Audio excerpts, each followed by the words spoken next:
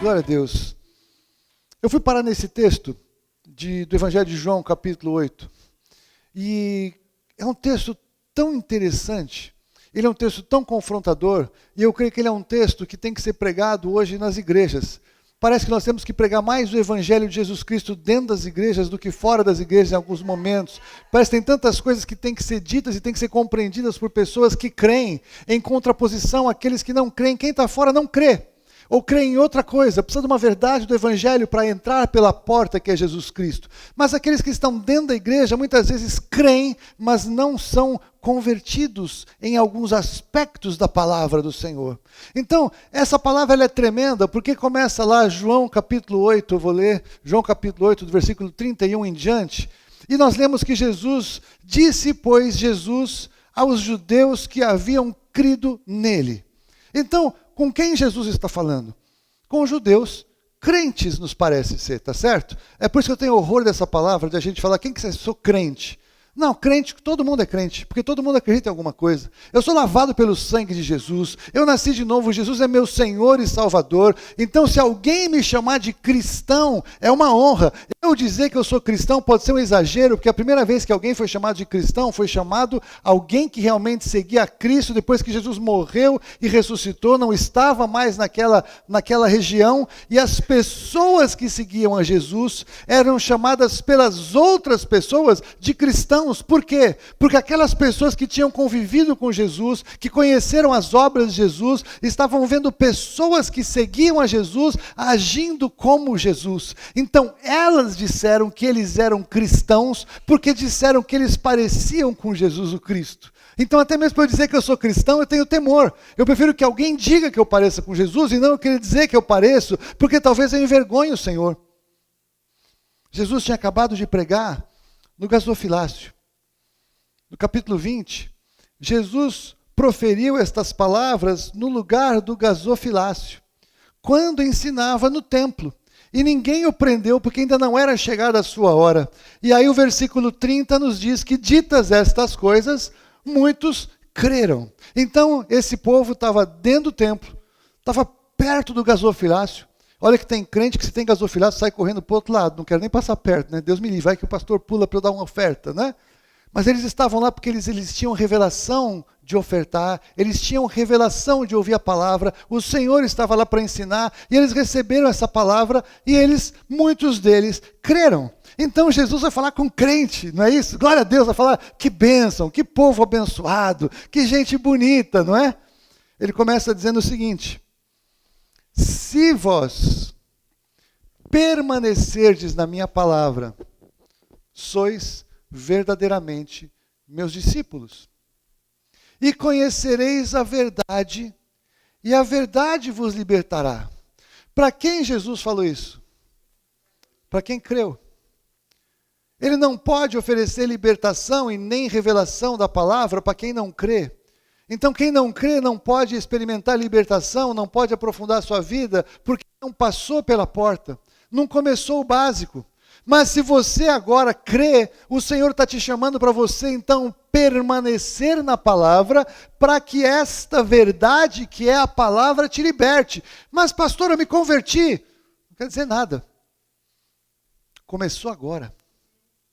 Jesus ele é a porta e Jesus ele é o caminho.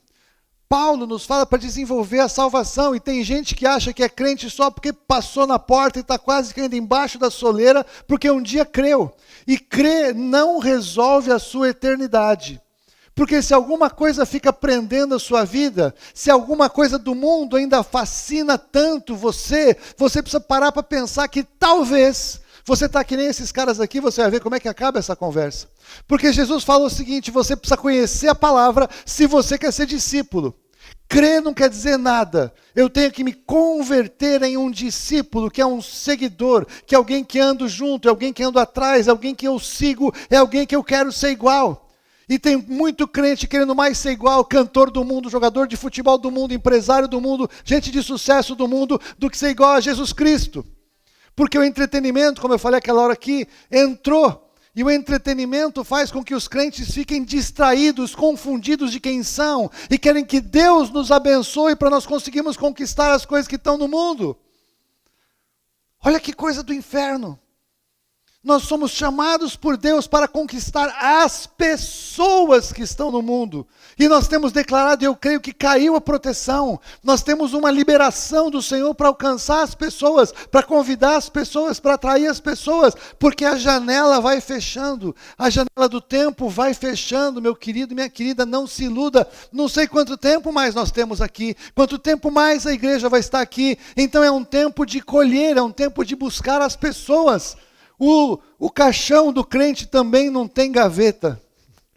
Sabe aquela coisa? Legal, Deus vai nos prosperar, fica tranquilo, Deus vai cuidar da sua vida. Deus vai te ajudar com as suas contas, Deus vai ajudar você no que você precisa. Claro que vai, mas o que você e eu conquistarmos aqui, fica aqui. Nós não vamos levar para lá, não é o foco. Agora, o que nós conquistamos no mundo espiritual é o que vai nos levar. E se nós, então, não conhecemos a verdade, embora as pessoas que creem que não conhecerem realmente a verdade, permanecerão cativas do sistema do mundo. E esse cativeiro, ele é um cativeiro mental, ele é um cativeiro emocional, é não perceber quem nós nos tornamos em Cristo e o que é que Jesus Cristo veio nos oferecer realmente como vida, vida em abundância. Se agora eu sou crente, eu sou igual a todo mundo do mundo, que diferença faz? Nenhuma. Se eu estou discutindo as mesmas coisas, se eu estou com as mesmas frustrações, se eu estou falando dos mesmos focos, se eu estou buscando os mesmos objetivos, qual é a diferença que há? Nenhuma. Eu só posso ser liberto pela palavra. Se eu não conheço a palavra, eu não vou ser liberto. Porque quem me liberta é Jesus, que é a palavra que é Jesus. Jesus é a verdade, santifica-os na verdade, a tua palavra é a verdade. Então a palavra é a verdade, Jesus é a verdade. E eu preciso conhecer essa verdade para que eu seja então liberto, se é que eu crie de verdade. Porque tem gente que está na igreja e diz que crê, mas não crê. Sabe o que Tiago fala? Tiago 2,14 ele diz: crês tu que Deus é um só? Faz bem. Até demônios creem e tremem. Então olha que coisa, tem gente que crê e não treme. E demônio crê e treme. Demônio é convertido? Quem crê em Deus é convertido? Não! É o começo da conversa. Porque eu preciso crer em Deus para começar uma conversa. Para eu me posicionar, para eu definir quem eu vou ser de verdade, o que eu vou fazer com esse caminho de fé que eu estou abraçando. Crer em Deus é o básico da nossa confissão, é o básico da conversa. Mas depois que eu creio, eu tenho que entrar no caminho para que eu seja transformado, para que eu possa manifestar, como diz o autor de Hebreus, fruto de arrependimento. A conversão não é quando eu creio, a conversão é quando eu me arrependo. Quando Jesus começou a pregar os seus sermãos, ele falou: arrependei-vos e crede no Evangelho. Hoje em dia nós estamos vendo o Evangelho sendo pregado: creia em Jesus, creia em Deus, que está tudo bem. Creia em Jesus, creia em Deus, não está tudo bem, se eu não me arrependo. Crer é importante, mas é necessário, o que Jesus falou para Nicodemos? Necessário vos é o quê? Nascer de novo. Se eu não desisto de ser quem eu sou, se eu não morro quem eu era, se o Haroldo não morresse, não haveria salvação. Mas o velho Haroldo tem que morrer e eu preciso entender que eu não tenho nada em mim, que eu não tenho vida em mim, que eu não tenho possibilidade em mim, que a vida real é aquela que está em Cristo, para que Ele me dê um novo nascimento pela água e pelo Espírito, para que então eu nascendo de novo, sendo transformado, desistindo de quem eu era, eu possa ser liberto e eu possa caminhar. E Jesus continuou falando o quê? 34, em verdade vos digo, todo aquele que comete pecado, é o quê? Não, vamos ler mais forte. Todo aquele que comete pecado é o quê? Por quê? Quem é que está mandando? O pecado. Quando eu peco, quem está mandando na minha vida é o pecado. E tem crente que nunca consegue definitivamente largar o pecado.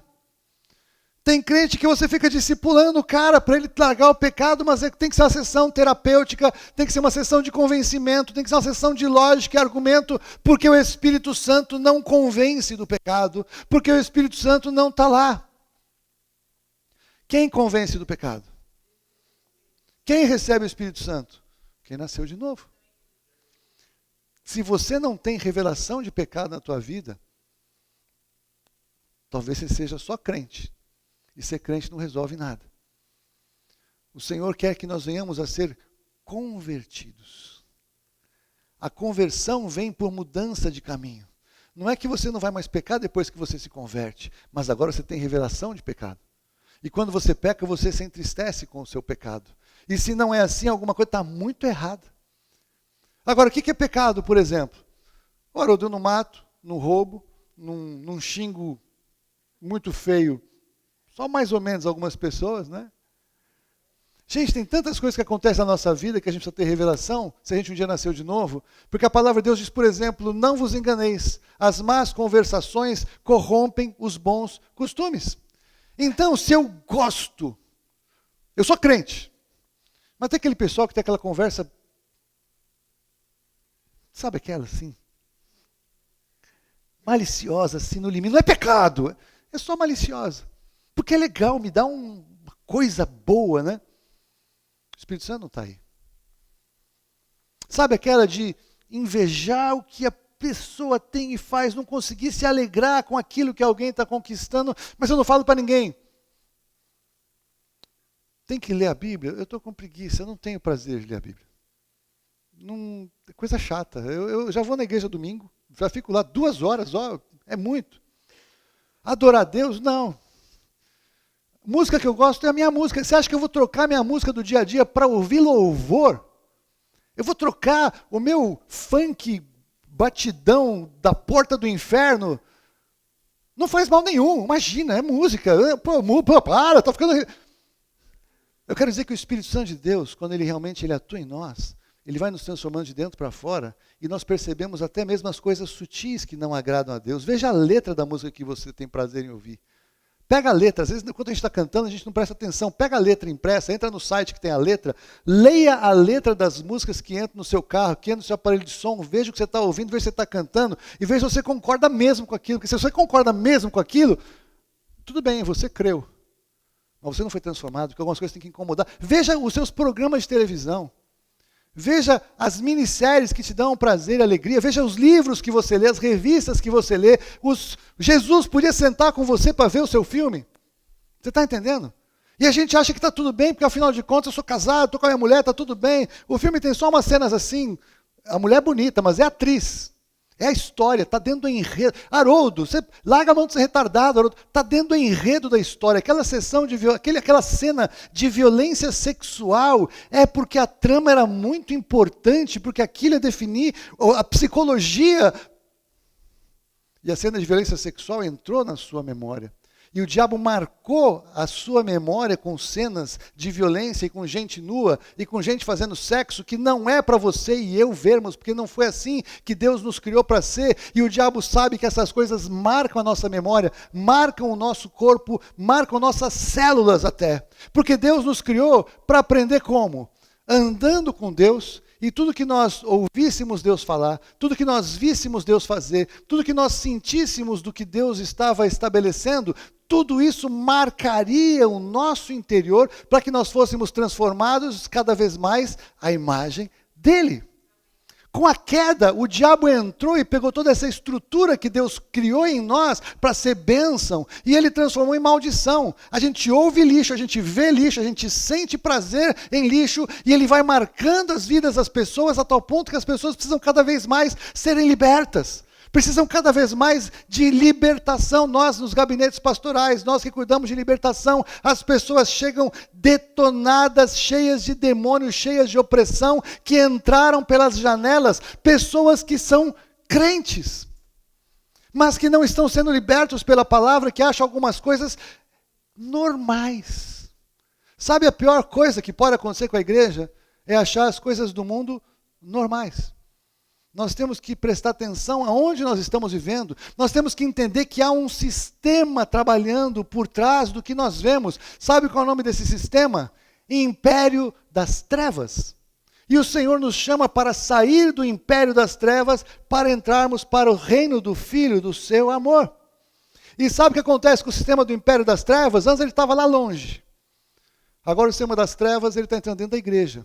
Porque a igreja está trazendo para suas práticas coisas que são normais, não são erradas, São boas porque elas ajudam a trabalhar melhor a compreensão das pessoas. Elas ajudam na música para o culto ficar mais animado. Elas ajudam na administração para ter mais excelência na administração. E eu vou contar uma coisa para vocês. Alguns anos atrás eu vi uma coisa que era o começo disso. Eu cresci, sou fruto de um ministério. Eu não vou falando do ministério para não criar problema. Mas esse ministério era uma bênção. Foi uma bênção na vida de muita gente. E depois de anos esse ministério continuou crescendo, mas chegou um dia que alguém teve uma brilhante ideia de que tinha que profissionalizar a administração daquele ministério.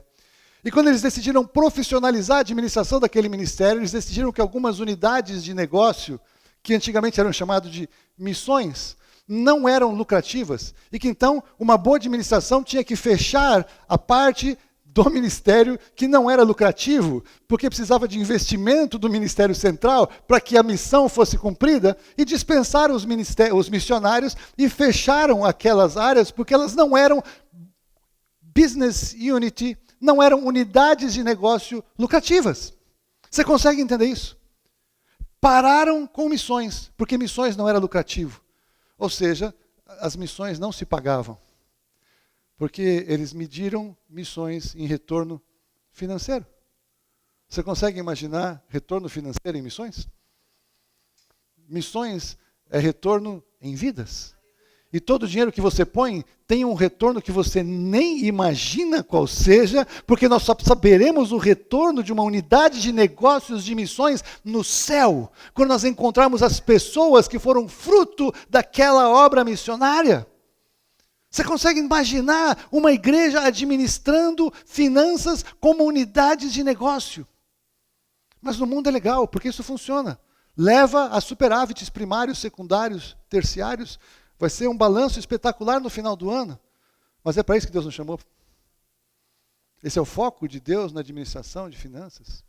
Nós gastamos todo o dinheiro que a gente puder ter para alcançar pessoas. E quanto mais a gente alcançar pessoas, mais Deus nos vai dar dinheiro. Agora chega uma hora que para, Ele para. Agora chega uma hora que podemos fazer mais, Ele vai dar mais. Se nós não conhecemos a palavra e não conhecemos quem somos, nós vamos achar que algumas coisas são normais até mesmo dentro da igreja.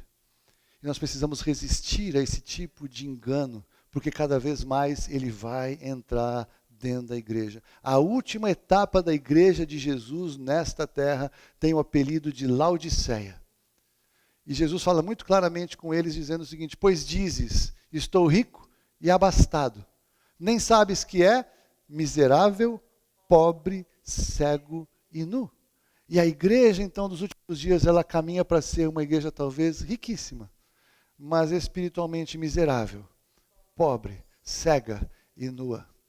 E o Senhor está falando: eu te aconselho que você compre de mim colírio, porque eu preciso abrir seus olhos. Eu preciso que você conheça a verdade para que a verdade te liberte. Eu preciso que você ouça a minha voz para que eu possa trazer você para a realidade espiritual, para um lugar mais alto, para um lugar mais profundo. Eu preciso tirar você desse lugar que você está. Embora você creia, não é suficiente. Você precisa ser liberto disso. E nós, como igreja, precisamos ser completamente libertos desses enganos. Precisamos ter capacidade de discernir o que está acontecendo para abençoar irmãos ao redor, porque é um tempo em que a coisa não só está difícil, como vai ficar mais difícil. Não sou eu que digo. Jesus disse que os dias que vêm são dias como nunca antes houveram, e nem nunca mais haverão. Jesus disse isso. Em vários aspectos, esses dias são dias únicos. Nós estamos afunilando para esses dias, né? Agora veja, ele continua. Falando para alguém que creu, versículo 36, se condicional, pois o Filho vos libertar, verdadeiramente sereis livres.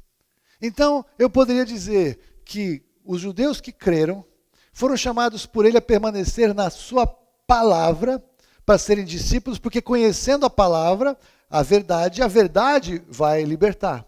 A próxima etapa é agora, então, se o Filho vos libertar, verdadeiramente sereis livres. Então, o Filho quer nos libertar do pecado, porque quem comete pecado é escravo do pecado. Nós éramos escravos do pecado, porque pecar para a gente era normal. Aliás, a gente nem achava pecado. Aliás, a gente achava que quem falava que o que a gente fazia era pecado era pessoa louca, desequilibrada, religioso, fanático, gente doente, gente com problemas mentais, gente com problemas emocionais, porque pecador era quem fazia coisa e ia para a cadeia. Não eu, não você, não nós, não é isso? Quando o Espírito Santo entrou, se é que entrou, ele começa a mostrar para a gente que um monte de coisa que a gente fazia era pecado mesmo. Pecado lascado, não é isso? E nós falamos, meu Deus, eu fazia isso.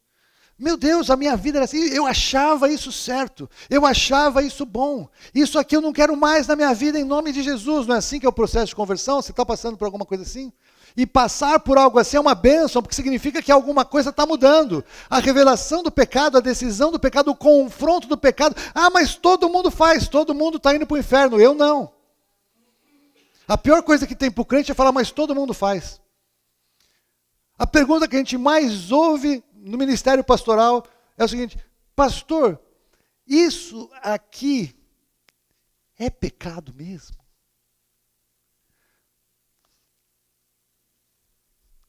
Ah, mas é mesmo? Ah, vá. Aí você mostra o texto. Não, não é bem assim, porque tem o grego, o cara não leu a Bíblia. Não. Então, o grego, eu ouvi dizer, porque hoje no internet, as pessoas pesquisam assim, o pastor falou, é pecado. Aí o cara vai no Google, que agora tem o pastor Google, escreve sobre isso. Você conhece o pastor Google? O pastor Google está assolando as igrejas, porque é claro que o pastor Google, ele é um pastor super consagrado, convertido, tem um ministério, uma igreja muito bem estabelecida, muitas pessoas têm sido transformadas pela pregação do pastor Google. Você conhece o pastor Google? Tanto quanto tem o doutor Google, agora tem o pastor Google. Então, o pastor falou, isso é pecado. Aí ele pergunta assim, Google, isso é pecado? Aí o Google entra, olha, existem alguns grupos radicais, fundamentalistas, que acham isso é pecado.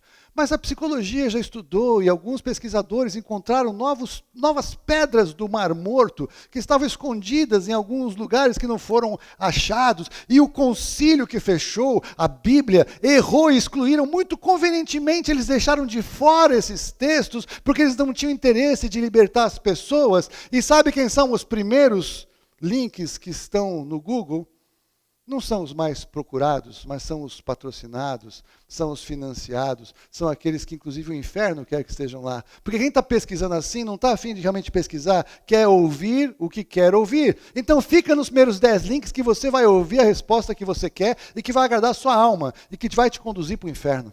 Você quer saber se uma coisa é pecado ou não? Leia sua Bíblia. Use chave bíblica e vai ver outros textos. Perguntem para pessoas que fazem diferença na vida de outras pessoas que você respeita e considera. Se não tem ninguém assim, procure, porque existem milhares de homens e mulheres de Deus assim hoje. Mas se você não quer saber realmente se alguma coisa é pecado, vai para o Google, seja feliz e curta a vida e veja onde você vai parar com ela.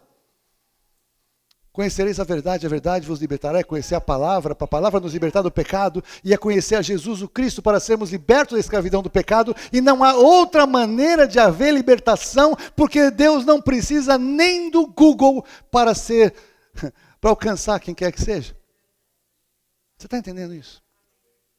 Agora, esse tipo de palavra, eu tenho certeza que quando for pregado nas igrejas, eu tenho certeza que tem muitas igrejas que pregam isso, louvado seja o nome do Senhor, que estão pregando a verdade. O que acontece é que as pessoas, quando ouvem essas palavras, elas se sentem incomodadas diante de Deus, diante de Jesus. E aí Jesus diz, por exemplo, no 47, quem é de Deus ouve as palavras de Deus, e por isso é que vocês não me dão ouvidos, porque não sois de Deus. Olha o que Jesus estava falando. Eu estou falando a palavra de Deus para você. Você não gosta da palavra de Deus, sabe por quê? Porque você não é de Deus. Porque se você fosse de Deus, você ia querer ouvir a palavra de Deus, e o próprio Espírito Santo de Deus em você iria te conduzir à palavra. O Espírito Santo conduz a palavra. O Espírito Santo conduz a revelação de Jesus Cristo. O Espírito Santo conduz a libertação. O Espírito Santo só é dado àquele que realmente se converteu. Jesus, mas ali em cima ele começou, nós somos filhos de Deus. Você já ouviu essa frase? Somos todos filhos de Deus. Se você já falou de Jesus para alguém, você já ouviu a pessoa falar, não, mas nós somos todos filhos de Deus. Primeira coisa, é o básico, o argumento básico é, somos todos filhos de Deus. Você pensa que isso é novo? Não, os caras lá com Jesus, mas nós somos filhos de Deus. Aí Jesus diz, Se Deus fosse de fato o vosso Pai, certamente me havíeis de amar, porque eu vim de Deus e aqui estou. Pois não vim de mim mesmo, mas Ele me enviou. Qual a razão por que não compreendeis a minha linguagem? É porque sois incapazes de ouvir a minha palavra. Jesus diz que quem não conhece a Deus não suporta a sua palavra, não ouve a sua palavra, não quer ouvir a sua palavra, não tem prazer na sua palavra, não deseja se sujeitar à sua palavra, não quer gastar tempo lendo a sua palavra, não sabe mais nenhum versículo de cor. Por quê? Não interessa. Mas diz que é filho de Deus. É filho de Deus, mas não gosta da palavra de Deus. É filho de Deus, mas não tem prazer na palavra de Deus. É filho de Deus, mas não ama Jesus, o Filho de Deus. No mundo, um monte de gente hoje diz que é filho de Deus e que ama Deus e odeia Jesus Cristo. E coloca outras pessoas no lugar. Coloca outros ídolos no lugar. Coloca outras práticas religiosas no lugar. De onde você acha que vem isso? É o mesmo Deus? O ecumenismo está entrando. E se você não souber em que você crê, você se torna presa fácil. Porque Deus é amor. Olha que bonito. Deus é amor. Deus é amor? Deus é um só. Boa, melhor. Deus é um só e Deus é amor. Portanto, se Deus está em você, nós vamos nos amar todos juntos. E nós vamos nos abraçar e nós vamos fazer um culto junto. Não é bonito isso? Aí você fala, não, eu não posso fazer um culto com você. Você não ama, você é intolerante, você não quer unidade. Você é ruim, você é mau, você é maligno. Aliás, sabe o que nós temos que fazer com você? Temos que afastar você. Aliás, já, sabe o que nós vamos ter que fazer? Nós temos que matar você, porque você atrapalha o amor, você atrapalha a unidade, você atrapalha nós todos juntos de adorar ao Deus único. Qual é a lógica que a palavra de Deus estabelece acerca do Deus único? O Deus único, o verdadeiro, ele tem um filho, que é a exata expressão de Deus Pai, que é Jesus o Cristo. Qualquer um que ame a Jesus Cristo, que diz eu e o Pai somos um, ama a Deus, porque Deus disse, este é meu Filho amado, em quem eu tenho prazer, a Ele ouvir. Então quem tem o Filho tem o Pai, quem tem o Pai tem o Filho. Jesus fala, eu e o Pai somos um. Então se nós estamos chegando a Deus o Pai, através de Jesus Cristo o Filho, nós estamos chegando ao único Deus, o verdadeiro, porque existem vários outros deuses que são outros deuses com D minúsculo. A Bíblia até às vezes chama esses deuses de deuses com D minúsculo. Outros deuses diante do Senhor, Deus e único Deus, porque a divindade deles não está estabelecida em quem eles são, mas está estabelecida em que a humanidade lhes confere. Quem confere divindade a eles é a humanidade. São ídolos, são deuses, falsos deuses. Deuses que não têm poder para salvar, deuses que não têm poder para interferir na vida, deuses do engano que são exata oposição a Deus o Pai, a Deus o único, ao Deus verdadeiro. Você está entendendo isso? Como conhecemos isso? Pela palavra. O fundamento é a palavra. E sabe que as pessoas vão dizer agora nos últimos dias? Que a palavra não é verdade, que a palavra tem erros, que a palavra tem problemas de tradução, que existem livros perdidos, que existem evangelhos perdidos, que a religião manipula a palavra para fazer as pessoas crerem na palavra e serem enganadas e perderem o melhor da festa. Agora, o que mais me choca nessa questão desse texto, e eu vou encerrar com esse versículo, é que a gente pensa o quê? O texto começa dizendo os judeus que creram em Jesus, não é isso? Aí Jesus começa a pregar para eles, e Jesus começa a argumentar com eles, e Jesus começa a confrontá-los, não é isso? Que eles estavam meio desajeitados, que eles precisavam de palavra, que eles precisavam ser libertos, que eles precisavam ser transformados. Então Jesus, cheio de poder, pregando o evangelho, não é isso? Para as pessoas que tinham crido nele, que estavam na sinagoga, que estavam do lado do gasofilácio, que ouviram a palavra de Jesus e creram nele. Então o que a gente pensa? O que essas pessoas vão fazer no final? Vai todo mundo se converter, aleluia, glória a Deus, eles vão receber Jesus, eles vão convidar Jesus, eles vão mudar de vida, eles vão ser transformados em nome de Jesus, amém? Não amém. Versículo 58, respondeu-lhes Jesus, Em verdade eu vos digo, antes que Abraão existisse, eu sou. Então pegaram em pedras para atirarem nele. Mas Jesus se ocultou e saiu do templo. Você sabe o que acontece com esse tipo de pregação e de palavra que eu estou compartilhando com vocês hoje? Tem pessoas que quando ouvem, têm vontade de tacar uma pedra em mim. Porque eu estou falando a palavra da verdade. Mas como nós estamos num culto civilizado, ambiente corporativo, ninguém vai me apedrejar de verdade. Mas no coração, para com esse tipo, porque onde você vai chegar com essa pregação? Eu vou chegar onde Jesus chegou. Porque essa palavra, ela tem que produzir em nós confronto. Porque talvez alguns de nós cremos, mas não nos convertemos.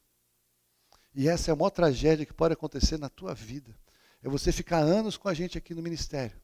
É você permitir que a palavra entre um pouco e você creia que Deus é um só, você creia que Jesus é o Salvador e você permite que tudo isso faça parte da sua vida, mas isso de verdade nunca te trouxe uma transformação interior, para você ter revelação dos seus pecados e falar, eu não quero mais andar assim, eu não vou mais viver assim, isso não faz mais parte de quem eu era. Pode todo mundo achar que é bom, que é saudável, que está tudo bem, que não tem problema, mas para mim não, porque a Bíblia diz. Não quer dizer que você não vai pecar mais, mas quer dizer que você vai ter horror ao pecado. Não quer dizer que você não vai pecar mais, mas quer dizer que o pecado vai ser acidente de percurso na sua vida. Não quer dizer que você não vai pecar mais, mas quer dizer que você não é mais escravo do pecado e que você fica preso numa situação que você não consegue vencer e você está lá enredado e você está preso e você vai de novo, e de novo, e de novo, e de novo, e de novo. Porque se isso acontece, alguma coisa tem que mudar e é hoje em nome de Jesus, porque Jesus nos liberta do pecado, Jesus nos liberta da nossa carne, Jesus nos dá o Espírito Santo para falar, não peque, porque a palavra de Deus diz que não veio sobre você tentação que não fosse humana, mas para qualquer uma delas o Senhor tem livramento. Sabe como é que funciona isso? O pecado está aqui, ó, daqui para cá. Aqui está a porta. Deus disse para Caim o seguinte, Caim, o pecado jaz à sua porta. A você convém resistir. Agora, nós, de onde que nós viemos? Não tinha nem porta aqui. A gente estava completamente encharcado aqui no mundo, né? No meio do lamão do pecado. E aí nós entendemos que o Senhor nos chama para uma transformação, então nós decidimos sair, a figura do filho pródigo, sabe aquela? No chiqueiro, sujo de excrementos de porcos, comendo comida de porco, cheirando porco, quem olhava parecia que era um porco, mas não era porco. Mas estava num lugar ali, nadando de braçada, não é assim? Aí nós somos chamados. Entendemos o amor de Deus, eu preciso ir para o Pai. E aí nós decidimos sair e falar, Deus, eu não posso nem ser recebido como filho. Deixa eu ser um servo na tua casa. Mais ou menos essa figura. E aí a gente veio. E a gente vai voltando. E vai voltando. Passamos pela porta que é Jesus. E aí vamos caminhar. E vamos caminhar a nossa vida em Cristo. E a ideia é que a gente chegue completamente longe desta porta que faz a divisão em quem agora nós somos e do pecado que estava lá do lado de fora. Você está entendendo a figura? Pecado aqui fora, agora eu estou aqui dentro, passei pela porta, agora o crer é mais ou menos aqui, ó.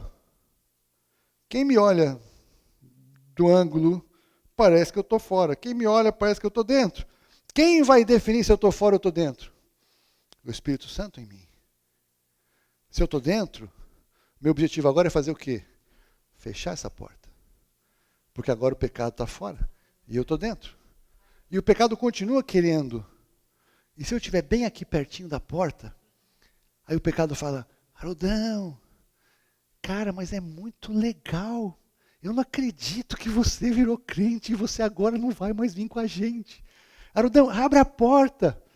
Abre a porta, deixa a gente te provar que isso é religiosidade, isso é exagero, você está ficando muito crente, muito fanático. Abre a porta que nós vamos te mostrar que não é bem assim. Aí tem crente que chega assim, ó. Só vou olhar um pouquinho. Pastor, olhar um pouquinho só é pecado ou não? Eu posso ficar aqui só olhando um pouquinho, eu sou crente. Eu só quero olhar um pouquinho, eu só quero ouvir o que eles estão falando, que vai que eles têm razão numa parte, que o meu pastor errou, e eu preciso ter certeza. E muito crente, esse lugar aqui é o lugar mais lotado da igreja de Jesus. É todo mundo aqui perguntando, mas isso é pecado ou não é? Isso pode ou não pode? Não pode mesmo. Não é bem assim? Agora, sabe qual lugar que tem cada vez menos gente? É que nem uma corrida, maratona, é naquela direção que é para a santidade extrema.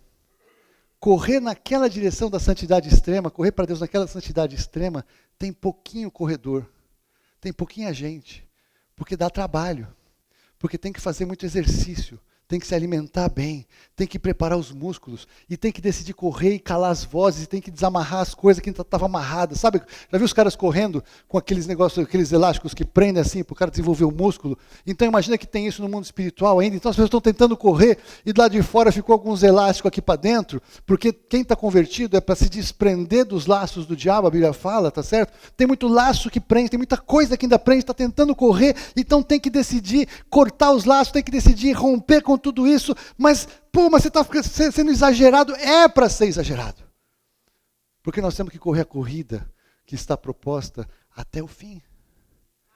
O melhor lugar de Deus não é aqui, saí do pecado e estou salvo, mas ainda curto um pouquinho o pecado da sessão da tarde, né? Desembaraçando o peso. É que Deus fala, desprenda dos laços de Satanás mesmo, que Paulo fala literal. É para desembaraçar do peso e do pecado, que a palavra de Deus diz em Hebreus 12, mas também Paulo fala para a gente se desprender dos laços de Satanás. E correr definitivamente. E fugir daqui. E correr para lá. E a pergunta não é o seguinte, eu posso ficar aqui? A pergunta é, até onde eu posso chegar? Você consegue entender a diferença? Até onde eu posso chegar? Qual é o limite que Deus me permite chegar? Até onde eu posso ir? Esse é o nosso lugar. Meu querido, minha querida, nessa manhã, o que Deus tem colocado no meu coração é que nas igrejas, então não falo pelas outras, eu falo por essa aqui, nós precisamos ser mais do que os que creem. Nós precisamos ir muito além. Crer é o básico. Crer é perigoso, porque crer se não tem transformação de vida, não levou ninguém a lugar nenhum. Aí é perda de tempo vir domingo após domingo na igreja, porque a igreja não salva ninguém.